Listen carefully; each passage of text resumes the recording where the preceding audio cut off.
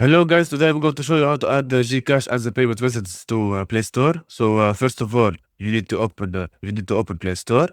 After that, click on the account, and then click on payments and subscriptions. You click here.